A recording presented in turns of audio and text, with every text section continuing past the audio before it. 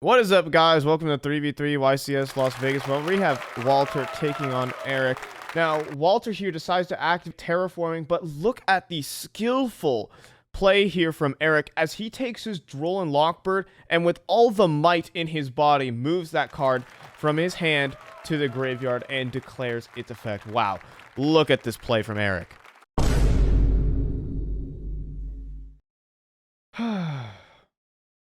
Well, folks, it's one of these formats. With the release of Cyberstorm Axis, Super Heavy Samurai has gone from a completely inadequate rogue strategy to 12 one-card starters and FTKs.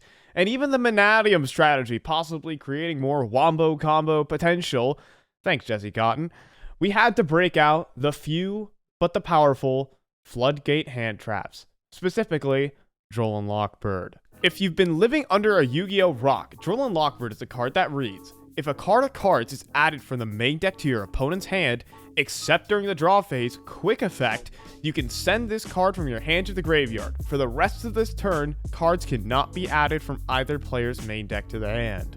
This card is used to shut down your opponent's big combo, allowing them only a single search that turn, and cutting off access to finding other portions of their combo.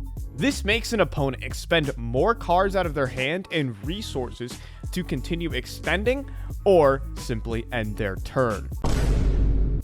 This card creates a significant amount of non-games, and once again, folks have already taken to Twitter to vent about this lovely card. So, what makes Droll and Lockbird good? And is it really a problem card alongside other floodgate hand traps? Or a necessary evil? Most commonly, people see this as the latter.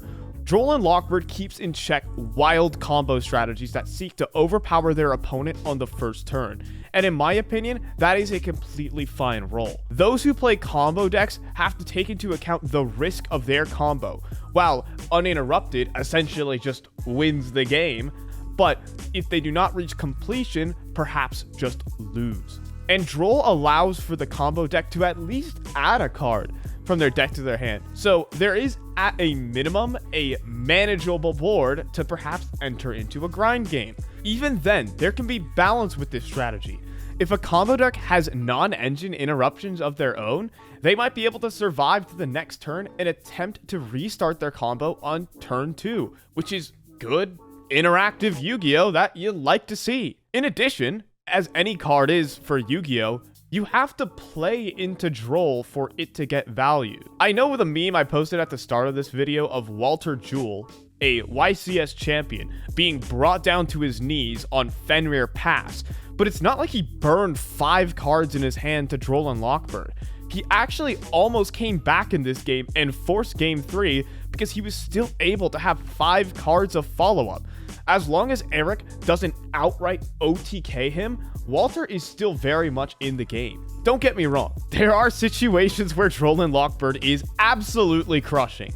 Droll warps deck building in a way that may have to ruin your deck's consistency. For example, in Kashtira, players have to second guess whether they want to run interesting consistency generating cards like pot cards or even Planet Pathfinder in order to reach their combo, or even decks like Mathmech, who absolutely need to resolve Mathmech Circular and therefore need to use cards like Signet Mining and Small World to get to said Circular, can really hurt a mid-range deck when it's not really intended to. Lingering floodgates are the most powerful type of interruption in Yu-Gi-Oh!, as they need to be interacted upon right at the activation point, which makes Droll a very difficult card to counter, but there are ways.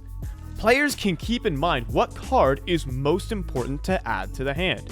In another Kashtira example, if I have Kashtira Unicorn and Kashtira Theosis in my hand, and I want to play around Droll and Lockbird, I would summon Unicorn and immediately use Theosis to summon Fenrir, and then only now use Fenrir to search for Riseheart, and from there, Droll does not actually impact my combo.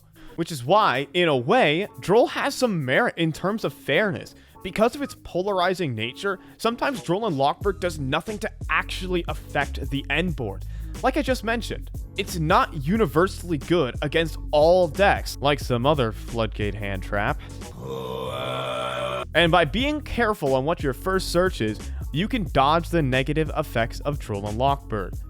There are even other ways to play around Droll. Since you cannot activate this card in the draw phase, decks that make use of quick play spells can activate their effects in the draw phase and resolve most of their effects there, which is why purely runic and sometimes branded, Droll and Lockbird can seem good against these strategies, but in reality, you would rather have an Ash Blossom or an Infinite Impermanence, which could just simply do a better job than Droll and Lockbird ever could, crazy as that is. There are other funnier ways to play around Droll. Since his hand trap is one of the few that need to be sent directly to the graveyard as cost, as opposed to discarding it to the graveyard, a couple decks that can make use of Dimension Shifter to counter it, to which I think this card should be banned, or even Dimensional Fissure in Purely. Or maybe you all should just draw Called by the Grave or Psyframe Gear Gamma. Your choice. So, in conclusion, Droll is most probably a necessary evil to keep combo decks in check, just like Nibiru the Primal Being. But for these next couple of months, prepare to have the fear of God instilled in you when your opponent utters the words, "On resolution." Until next time, where we see if no material is a bannable card, stay safe and be careful when you choose to activate terraforming. Peace. Okay, so since I'm like a YouTuber now, I don't really have to do these outro monologues anymore. Cool. Alright, peace, I guess.